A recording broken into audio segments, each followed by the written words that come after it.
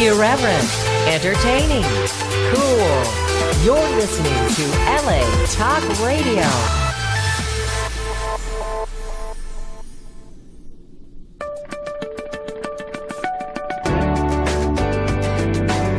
You're listening to The Innervoice with Dr. Foojan Zeine, only on LA Talk Radio. Hello everyone, I'm Dr. Foojan Zeine and welcome to The Innervoice Show. This show is about making a difference in your life so that you can create a free mind and a heart filled with love toward creating a fulfilling life for yourself and everyone around you. I will bring you the latest research in the realm of human sciences, and we'll talk to experts in their field to bring you the jewel of their knowledge and wisdom.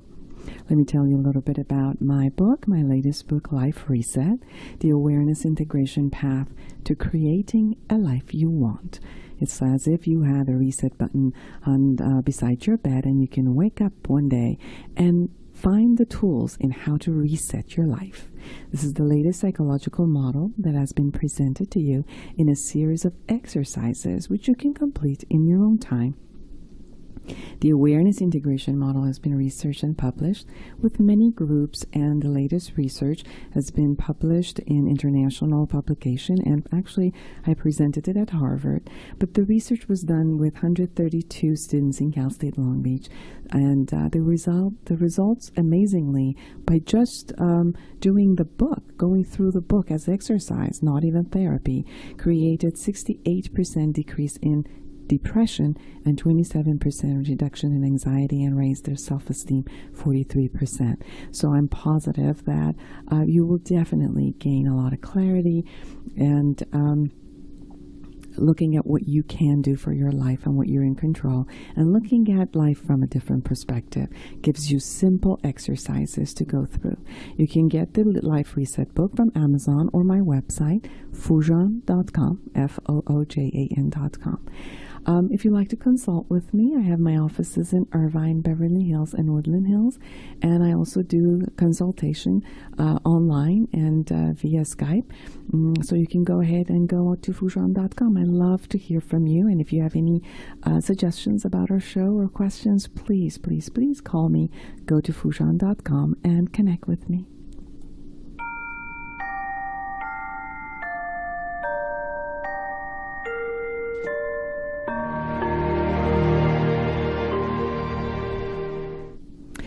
First comes love, then comes marriage. Well, maybe not. Surveys suggest slightly more than half of Canadians don't think getting married is important. 53% of Canadians don't feel marriage is any more of a commitment than a common law relationship, according to a survey released by Angus Reid Institute on Monday. 49% no longer believe marriage is particularly relevant. Younger people are more likely to dismiss marriage's relevance. The poll goes on to suggest while just over half of seniors believe marriage continues to be important, nearly 60% of Canadians think civil unions should be treated the same as marriages when it comes to taxes and separating assets post-divorce. Adding kids to the picture didn't make much of a difference, with 56% saying children still weren't the key to getting married. For those who did still want to tie the knot, nearly 80% believed it was at least somewhat important to live together beforehand. Millennials were more skeptical of marriage, with 60% of women in the demographic agreeing marriage isn't overly relevant, while 60% of men flat out thought marriage wasn't necessary. Only 33% of Canadians surveyed said society would be better off if people made marriage and children a priority, making them much less traditional than their neighbors down south, which is us, United States. A 2014 Pew Research poll suggests 46% of Americans believe marriage and children should remain top priority. We'll be right back with Dr. Stan Tatkin.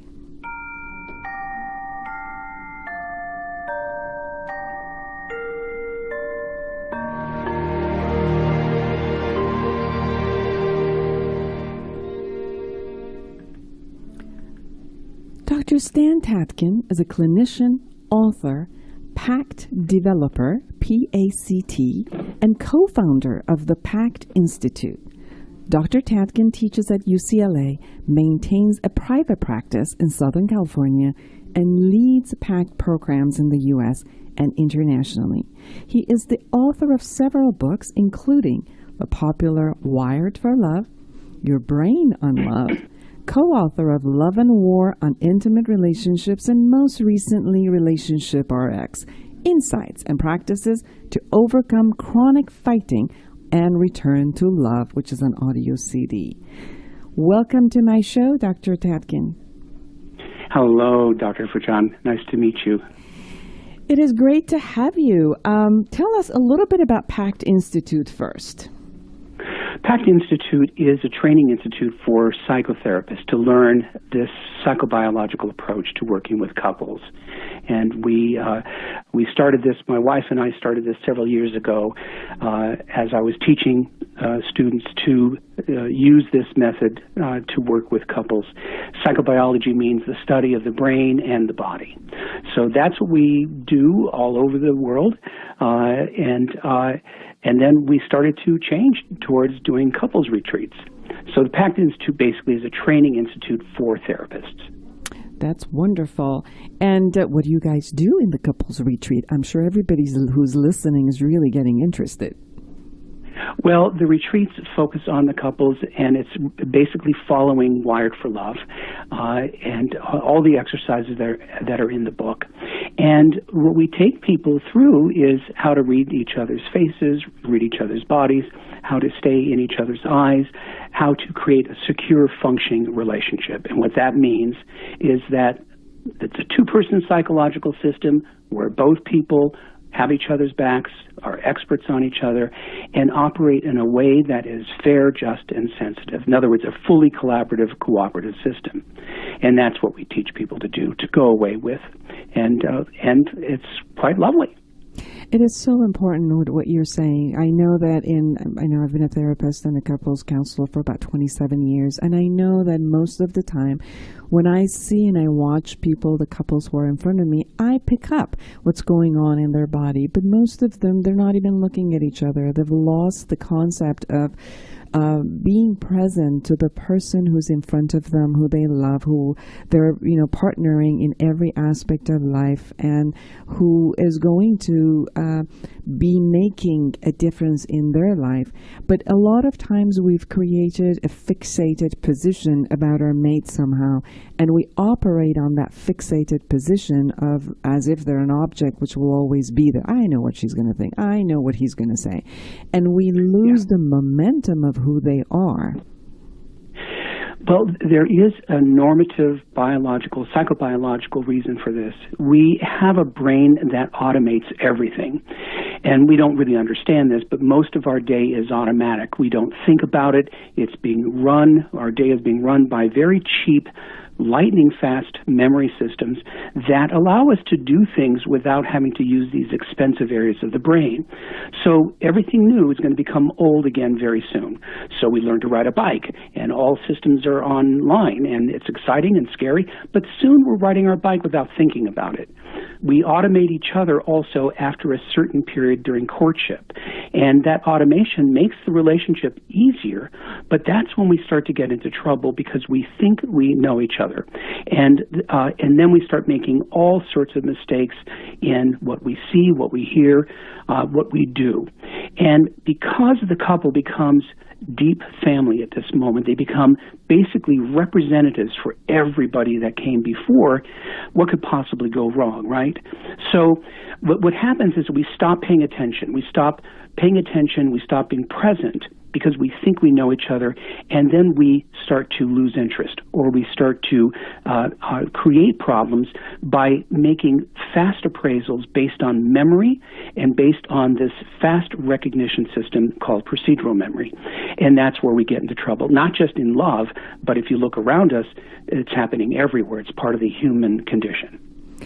And when people are coming to you, what kind of advice would you give them as far as what to see, what to look for in a relationship? Because as you were probably listening, it seems like around the world, mostly Western societies, whether it's in the United States or Canada or Europe, the concept of marriage itself, being committed to a relationship full force and all together, it's kind of wandering down, and especially with the millennials, it's not really happening. It's more like they are more into the quality of the relationship, and if the quality doesn't work, they'll just leave it. They're not necessarily into the structure of the relationship. So if you, what would you say about the commitment factor? Well, we may see the word marriage change to something else. We don't know whether marriage as an institution, is what we think of it, will continue in the same way. One thing we do know is that the human primate is wired to pair bond. And we pair bond in herds. We're herd animals that pair up with other people, and that will continue to happen unless there's some major change epigenetically, where our basic DNA is altered. But in no time in the near future can we see anything like that changing. Right now, people are avoiding, many people, millennials, but also in Japan, other areas where they're just not having sex, or they're not getting coupled. They're in groups of people. But I think this is a trend that's happening right now. But even those people do actually pair up. So I don't think you and I are going to be out of business anytime soon as couple therapists. But what we call it, and everything is changing so rapidly now with gender fluidity and the change in gender roles and sexuality, that couple therapists really have to be adept at changing with the times and how people are talking, how people are regarding each other, and that is changing for sure. But the fact that people need each other and that we're driven to pair bond, I think is simply biological, and that's not going to go anywhere. So what would be some steps to create a positive and a healthy commitment, and what would be some of the pitfalls of the commitment itself? Well, I think one thing that people should keep in mind is that we never commit to anyone that we don't recognize or find familiar. We don't pair bond with strangers. We may hook up with them and have one-night stands and maybe even go out with them for a few months, but we don't live with them. We don't consider them permanent in our minds. We don't start to depend on them unless they're familiar enough. So that is important right there in terms of people thinking their picker is wrong. Nature doesn't create bad pickers, but nature does not have a plan for long-term relationship, only for mixing up the gene pool. Therefore, we have to come up with something, and I urge people to figure out or to focus on what the relationship should be, not the person. So we tend to make lists of the perfect person, but that becomes problematic. But what should the relationship be? Should it be one based on the relationship comes first above all else? Should it be where we're completely transparent with each other because that's an important thing for governance? Should it be that we be monogamous? That's not natural, but people decide to do that. And as long as they're in agreement and they see it the same way and they're pointing in the same direction, they'll be fine. But most people don't do that. Most people approximate things that they want, and they fall in love, and they cannot quit that person no matter what, even though there are clear deal breakers in the mix. And that's where people get into trouble. So if you're going to go out with someone, that's great, but pay attention. Make sure you understand what the relationship should be in the long run. What's your vision? What does the other person, what's their vision? And vet your partner with your social group so that they can see you together and they can sniff you out and tell you, if you ask them, the truth. Otherwise, we're bound to make mistakes because in the beginning we're on drugs, right? When we are in love, in lust, we're on a cocktail of neurochemicals that makes judgment very altered. So we need the social network to give us feedback, boys, girls, old and young, family, not family. And that's how it's been done, tribally. That is how it's been done, in the wild. But now in our culture, our society, we don't do that so much. And we leave it to ourselves to make some of these decisions, and that's not wise for a long-term relationship. We're talking to Dr. Stan Tatkin from PACT Institute. Dr. Tatkin, it's interesting when you talked about the, how we get connected to one person, and regardless of the quality of the relationship, that we're hooked on that person. Wouldn't you also say that we're pretty much hooked on the drug that at the beginning our body makes when we met that person, and we're constantly trying to get that drug back? Because when we put it together, when we come to our logic and put all the perspective together, sometimes we don't even like the person anymore. But somehow we keep holding on to the image that maybe if we just do it another way of flipping or do something, that we can have the same emotions that we got in the honeymoon stage of the relationship back. And most of the time, maybe also we don't look at how we're behaving because we're constantly looking at the other person, not looking at how am I behaving the same way you said that there's a relationship quality that I might say I want, but am I also acting upon what I say I want, or is it that I can do whatever, but I want them to act that way?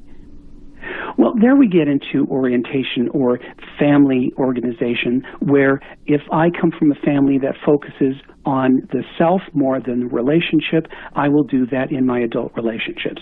If my family focused on performance and appearance, that will be something that I value and focus on in my adult relationship. Or if I had to take care of a parent and I had to be little and dependent, that's what I will carry forward. So these models, the ones I'm describing, are called insecure models, meaning that they're too unfair, too unjust, and too insensitive too much of the time. And so we go into these relationships, and as soon as we start to depend on another person, that's when we remember what it's like to do that. And that goes all the way back to our earliest relationships. If that hasn't been repaired, if we don't feel more secure through other relationships, we are liable to do the same things in the adult world as happened in the mother or infant caregiver world. And so we will focus on the self and not as a two-person system. And this is where people will become adversarial, and they will start to make lots of errors based on that fast-moving recognition system, errors, and they will not fix them. They will not repair injuries. Now, that becomes a huge problem in the human primate world, is that when we start to feel threatened, and I mean small T threat, the tilt of the head, the sigh, the rolling of the eyes, the pointing of the finger, the dismissal of a hand, that becomes a part of a threat system that becomes biological. And if people don't watch out, if they're not paying attention, if they're not being present and eye-to-eye, face-to-face, and fixing these things, this process will accrue over time, and people will literally begin to see their partners as predators. Yes. Now, one thing about something you said, nature's little joke. What we fall in love with, the thing that we love sometimes the most about our partners, is what we end up also loathing. It's a dosage issue. I love that you're so vibrant and vital and live and talkative, and now I can't stand that you take up so much space and you talk too much and you overrun me. This is very, very common, and I want to tell you in the audience that things, if you understand how the mind works or the brain works, things are hardly ever what they seem. We're captured by our illusions, by our what we think is going on, and most of the time we are wrong. This is the fallibility of the human mind. Our memories are not good. our perceptions are like funhouse mirrors. They're changing all the time according to our state. And our communication, even on a good day, is terrible. We can prove this. So here people are going into these relationships where they're automatic and they think they know each other and they believe they are right about everything. And this is then a fertile ground for people to start to go to war with each other. This is part of the human condition. So a lot of this is education, Foojan, and people just don't know. We're not taught relationships in school early. We're not taught we're supposed to learn how to cooperate and collaborate as children, but we don't really do that as adults. And that is how we get along as a society.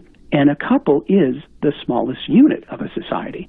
So they have to think. They have to put principles in place that protect them from each other and from everybody else. It cannot be simply automatic, even though that is what we're going to do most of the time. So I hope people give each other a break, because most of the time people are not doing anything purposely. They're doing it automatically and reflexively according to memory. That's it. That's about as fancy as we get, and we get into a lot of trouble with it. What's interesting in what you were also expressing, in that we do things on automatic and we're not looking at what is it that we're offering or try to become aware of who we are in this automatic. So becoming more conscious about the results that we're creating beyond the automatic. Because obviously, yes, we do have a system that's automatic, but as human beings, we also have a system of beyond other animals to become aware of who we are and shift and change some of the behaviors that we have. And as I was listening to you, this came up for me that, there's strategic family systems, such as many cultural systems around the world. They marry not because of love. They marry because the institution of marriage, you're at an age that you're supposed to create an institution that creates, the financial stability, then to create family within a society. And for those systems, many times, you can look at the bigger system and move forward. But when societies such as the Western world, which love and the quality of the relationship, the friendship, the partnership, all of it becomes important. As you were saying, it's interesting that we start with that kind of a conversation at the beginning of falling in love, looking at the other person, trying to make the other person happy. And somewhere along the power struggle as it starts, where you called it the war starts, is that I'm no longer interested to make you happy. I'm only interested now is to survive this relationship and create some sort of a power trip, or put my stance that this is what my place is going to be, my boundaries. So we lose that perspective of wanting to make you happy because I want to be your mate, and it becomes important. Can you talk a bit on this? Yes, because all is fine as long as we're relaxed, by the way, and much of the time we're not. As soon as our heart rate goes up, as soon as our blood pressure goes up, our ability to think and to be, to think contingently, relativistically, to override our impulses, that takes a lot of resources in order to run those areas, and often we are under-resourced. So we have to start to think about how do we serve ourselves and our partners when we are commonly in an under-resourced place and we're not able to think, we're not able to be our better selves. And one of the ways I think that's really a way to get around this or to override this is to have a sit down with each other and have a real talk about what is our purpose as a couple. Why do we exist as a couple? What's the point of us? What do we do for each other that we couldn't hire someone to do? And one of the reasons in the mammalian world that we pair bond, other than to have offspring, is to protect each other from the dangerous environment, from predators. And one of the enduring reasons to be together is not because we're in love, not because we're erotically excited, not because we have things in common, but we both require each other to agree that to survive this life, to thrive, we have to make agreements, we have to have each other's backs, we have to be in the foxhole together, otherwise life will become more difficult. And if we have a vision, an idea of our purpose, like the police cars, to protect and serve, that is our job. That's why we get paid the big bucks. Then our life begins to have meaning, and our selfish impulses, our tendency to focus on what isn't happening for us, is overridden by this bigger purpose. That together we push each other up. We're each other's biggest fans. We're each other's protectors. We know things about each other that nobody else knows, and we can minister to each other whenever needed. That is expensive. That is gold. But you have to have a vision. You have to have a purpose that's bigger than the one that most people in our society have. And that's really also, I think, becoming an adult. Right? We understand that everyone is annoying, everyone is a burden, all people are burdensome. I take you as my burden, you take me as your burden, and together that's the quid pro quo. It evens out. That's why we get paid the big bucks. We're doing things for each other that nobody wants to do unless they get paid a lot of money. And so it takes a certain thinking about the purpose. Why do this? Why do this? And if the couple does not have a clear idea in mind, if they're not pointing in the same direction, they will have trouble. Does that make sense? Very much. And it seems like it takes away the transactional relationship that at times long-term relationships goes into, like, what do you do for me? I do this for you. And then so it takes it away from tick for tack concept of, are we going to be equal in this relationship in how much we give each other versus we give each other no matter what because of the bigger conversation of I've chosen you as a family member. And that's what families do for each other. We take each other's back. We hold on to each other. We take whatever comes in front of us, we're going to be behind each other. And that takes it away from that daily kind of a negotiative concept of transactions. Now, that is a two-person psychological system, like the old potato sack race. Both people know that if one of us falls, we both fall. And it's in our best interest to keep everything fair and just, win-win situation, good for me, good for you. This is how we both benefit. And so the answer to that question, I do for you what you're going to do for me, or all bets are off. We do this for each other. That's how we roll. And whatever we do because it's good for both of us, not just one of us. And again, that is a mature view of a two-person system. We work collaboratively and cooperatively. We move together or we don't move at all. And there's a place where we choose each other for that. So there might be, obviously, we meet each other, there's a dating process, then there's a choosing process, and then from that choosing, we go into a system of preferably conscious agreement versus agreements that are in our head and never said, and we kind of hold this to people's expectation, but come to an agreement, as you say. Look at the bigger purpose.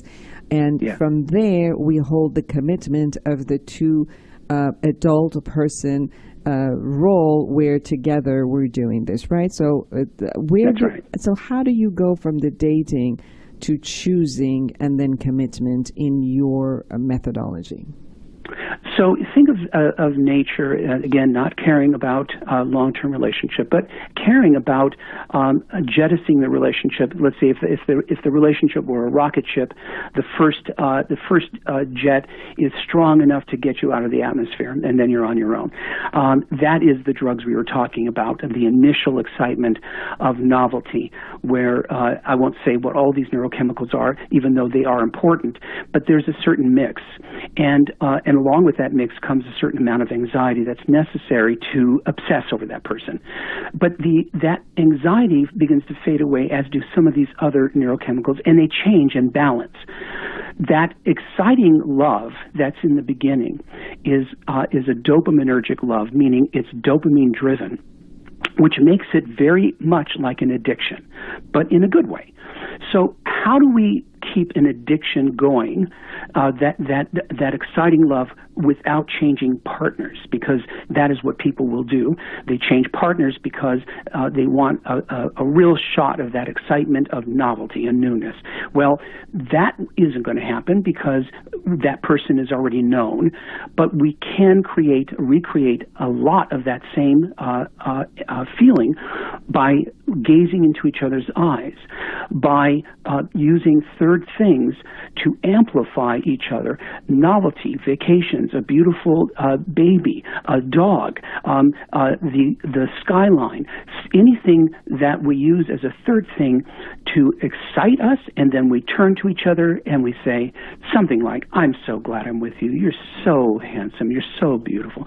Now, that is called an amplification effect that's only found in the human primate. Other primates can't do that. Other mammals can't do it. So we get this dopaminergic surge, this amplification effect when we use these third things, replicating that initial excitement. So there is a skill set for keeping that going. Having said that, that is our job in terms of keeping the relationship going. The daily deeds, the daily demonstration that we are showing radical loyalty and devotion to each other, that we're protecting each other, that we're not throwing each other under the bus, and if we do, we fix it. The ability to repair quickly anything that feels hurtful or a misunderstanding, that's the skill set for keeping a relationship going and determining whether that relationship should exist going forward. If you have somebody who's not willing to do that, perhaps that's not the person for you. If you have somebody who's not willing to agree, let's say on transparency, that's not the person for you. Not that that one is wrong and one is right, but you have to agree on these big ticket items, otherwise you will be fighting about everything around that issue.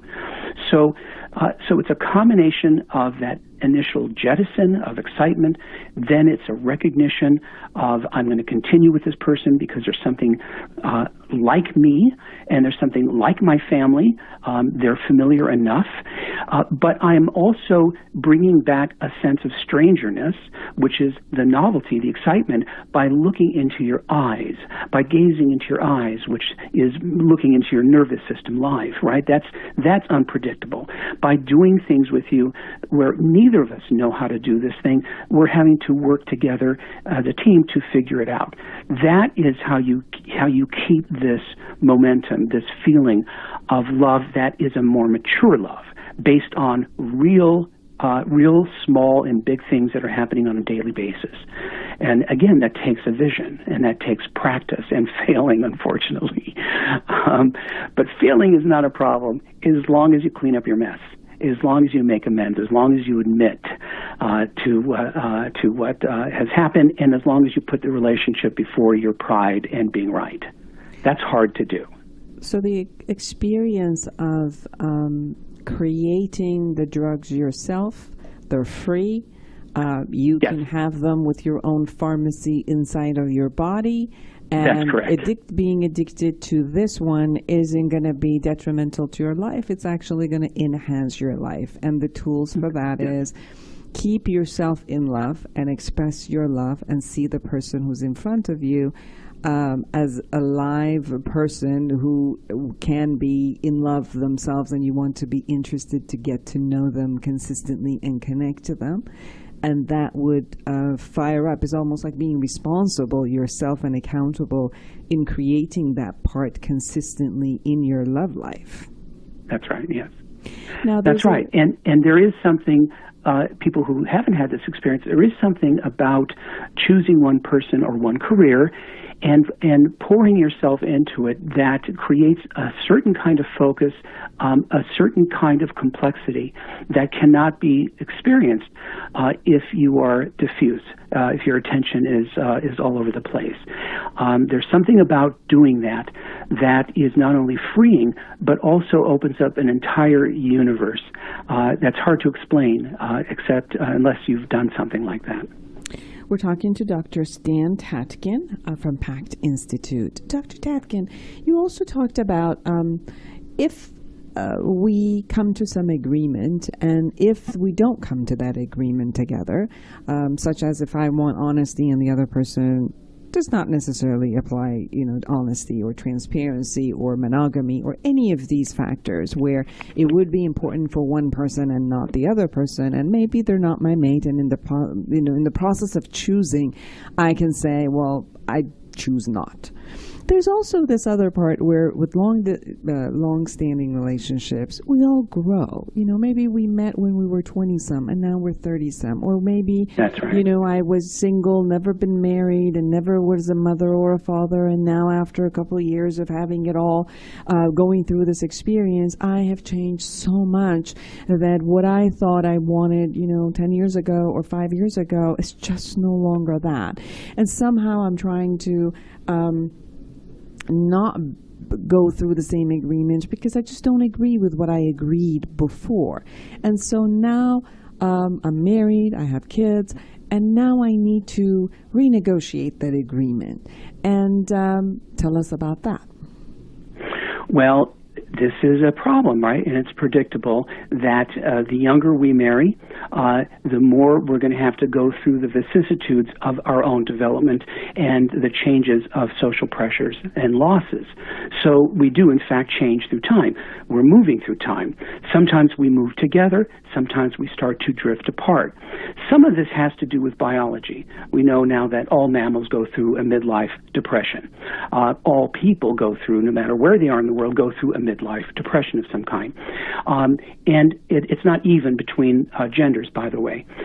And so there are periods where somebody will suddenly, like in the 40s to 50s, begin to look at their life in 360 and reevaluate everything and wonder, is this all there is? I want something more, or I've lost a part of myself and I want it back. This is a crisis, right? And some people make it through the crisis, other people do not. And again, nature doesn't care about long-term relationship. We're living longer than ever before, and so we have to also deal with this matter of the brain developing, continuing to develop throughout the lifespan. We get upgrades at different times in our lives, and every time we get an upgrade from childhood through middle age, every time we get depressed and we get anxious. It's as if we see more and we don't like it. We want to go back. We want to do something else. And some people can ride through this crisis. Other people can't. They end up leaving their families, men and women, leaving their families and going off and moving somewhere else and doing a whole other life change. So there is that issue. Generally speaking, when people lead a life that together that is too much in parallel and not interactive, they're not doing that thing I talked about, sharing experiences together. They start to share their own experience, do their own experiences, and they don't share them anymore. They create a drift that we can tell it's predictable. We know where that's going, and usually one person or the other feels an existential loneliness, and they are dissatisfied, and they separate. So the more people, more partners engage in parallel play and not in joint attention to something other than what they're engaged in alone. The more they do that, the more likely they're going to experience this crisis. Not that they won't anyway, but the more likely they will. And the more likely they will experience a drift. Let's say one person is in individual therapy, starting in their 30s, and the other one never goes. That couple could drift because one person is exploring their life, they're getting this complexity through their therapy experience, the other person is not. They're drifting apart, right? When people do things together, it is less likely that they will do it. But again, the problem you just brought up is something that everyone is going to face at some point. I don't want monogamy anymore. I don't think I want to be with the opposite sex. I don't know if I want to be married anymore. All sorts of things can and will happen. Now the question is, how good is that couple historically at being able to manage load-bearing, weight-bearing, changes in the wind and the weather. If they were never very good at it, they will fall apart. If they are super good at it, chances are they will live through this and see their way through it to the other side. So there's so many variables here, and even more than the ones I've mentioned. And sometimes we just, we're a victim of nature, right? A victim of whatever is happening. That means we're going to lose the relationship, and unfortunately, that is our lot, isn't it? From birth to cradle to grave, we're constantly dealing with losses. Yes. So there's some things we can't do anything about. Here's another one, if I might. There are people with deficits, things they could never do very well socially, emotionally, like not reading a face or not being able to be curious about themselves. These people have a deficit. Their partner picked them because they felt kind and safe and comfortable. But now he or she is in their 40s and they want to be seen more. They want a deeper experience, but they pick someone who actually can't do it. This is a tragic thing that can happen in nature. Do you follow what I'm saying? Yes. And that is tragic because the other person loves the other, but actually doesn't have the faculty to provide that nuanced of a need that is now online at that age, and now these two cannot be together. Yes. These are very sad situations, and they're not overly common, but they do exist. Yes, and I've also seen couples who have they've taken on each other because they enjoyed, both of the couple enjoyed like a parent-child relationship, with one holds more of a childish or childlike space, and the other one loves this protection until the first child shows up. And then because the parent, that's a whole other thing. Yeah, because the parent, or the one who liked to be parent, now really has a real child to raise, and now really wants a wife or a husband, and that the other person was never agreed to that, or has the capacity, or has grown up, or is interested in that role. And then we see the kind of a deal breaker becoming in that space. So, what do you call deal breakers? I'm sorry? What do you call deal breakers? A deal breaker is something that if both partners really looked at it, it would mean the end of the relationship. Mm-hmm. So I have to raise my children Muslim. That is my family. That is how I expect to raise my children. You expect to raise your children Catholic. We're unmovable in this area, and we see this, we experience it, and then we say, let's get a house. Let's get married anyway. And so human nature generally is to try to kick the can down the road with things like this, because if we really looked at it, we'd have to split up, right? There is no negotiating around this. And so a deal breaker is non-negotiable. You want to do drugs and alcohol. I want a drug-free family. That's a deal breaker. I want polyamory. You want monogamy. That's a deal breaker. I want us to live in Australia in the bush, and you have to live in the city. These are things that people would do better if they talked about it before they get together. But a deal breaker can arise later on in a relationship, and people have to be honest about it. Now, the funny thing about deal breakers is that therapeutically, if you box them into a corner where they can't get out and they have to deal with this or break up, they'll often break up after they've gone through every iteration of possibilities. But the next day or the day after, somebody will often come up with an idea that resolves the issue. And why do they do that? Because they're boxed in. If we're allowed to defer anything, we'll do it. You know what I mean? If you can delay something, the human nature, the natural thing to do is to delay it. And so, but this causes tremendous problems in the relationship.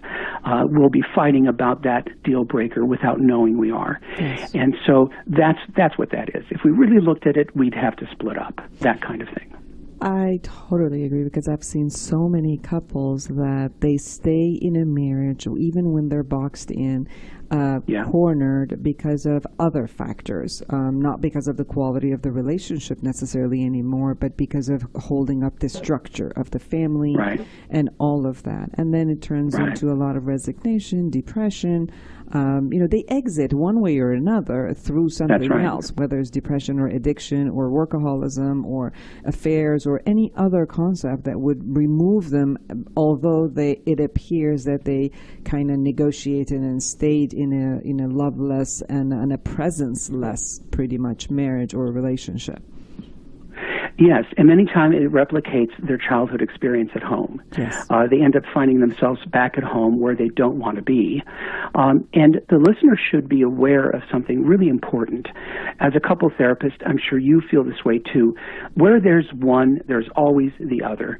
Since we pick by recognition, both people are going to be more alike in many, many ways than they're not. And there are no angels, no devils. We tend to vilify one partner and see the other partner as a victim. But that's never really the case when you're dealing with a couple system. They are both participating in whatever they are doing. Where there's one person who's taking advantage, there's another person who allows it. Where there's one person who's, it's good to be king or queen and I get to do whatever I want, there's another person who will not throw down and say no, or you do this, or I'm out, because they're so afraid of losing the relationship.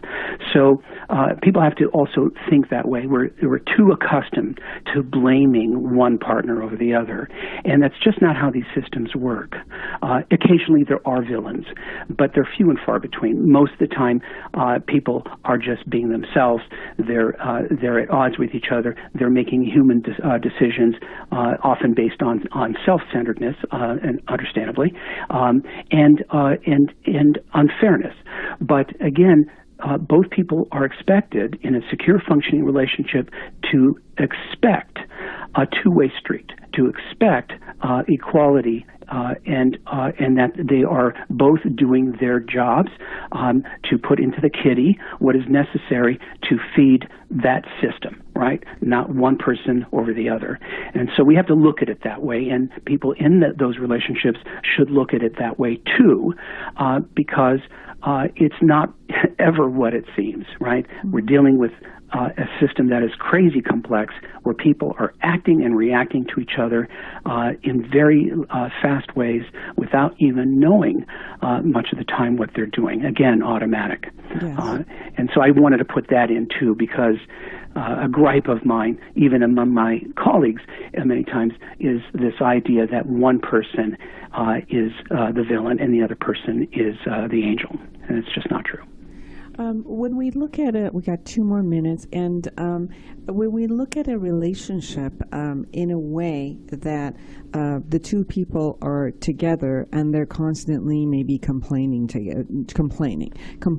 their friends, complaining to themselves, and from the moment they wake up, they are only zooming in the things that they want out of the relationship and they're not getting.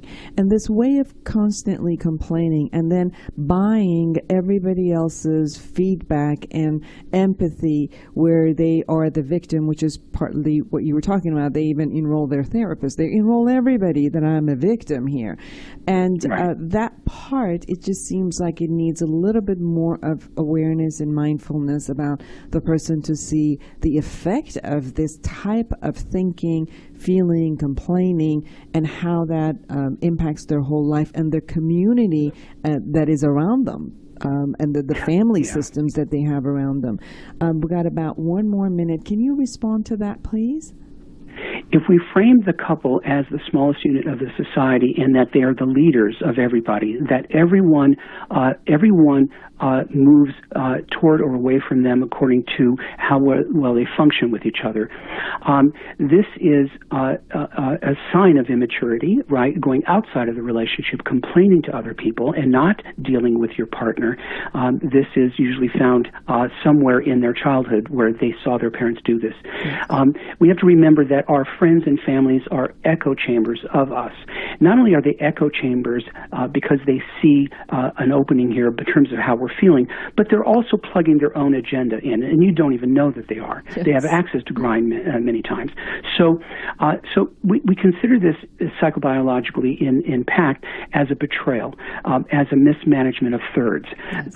In other words, I'm throwing my partner under the bus by talking badly about them to another person. I am not bringing things to my partner to deal with. I'm not governing with my partner as a partnership of two leaders, two generals. I'm doing something else. That will kill the relationship. Mismanagement of third people, third things will eventually destroy a relationship. That's predictable because in a primary attachment relationship, which a couple is, no matter where you go in the world, they do not appreciate being relegated to third wheel or shunted off to the side. Exactly. Even in polygamous cultures, there's always a primary couple, and they will not tolerate that. Exactly. So you either play by those rules that are part of the human condition, or good luck. Yeah. But when you go outside the relationship, you're pretty much dooming it. Right.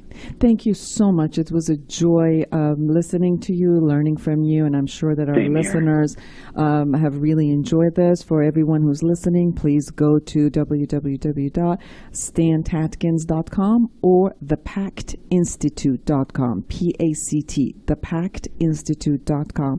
And I love to have you back on the show, maybe to talk also about infidelity. I think that is that requires its own hour of talking. Yes, it is. That's why I didn't bring it up today. But thank you for giving us the time. And I know you have more books that you're writing, and hopefully as you write them, and you'll come on the show and we'll talk about them.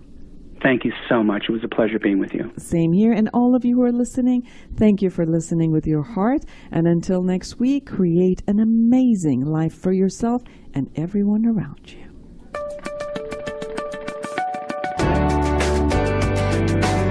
You're listening to The Inner Voice with Dr. Foojan Zeine, only on LA Talk Radio.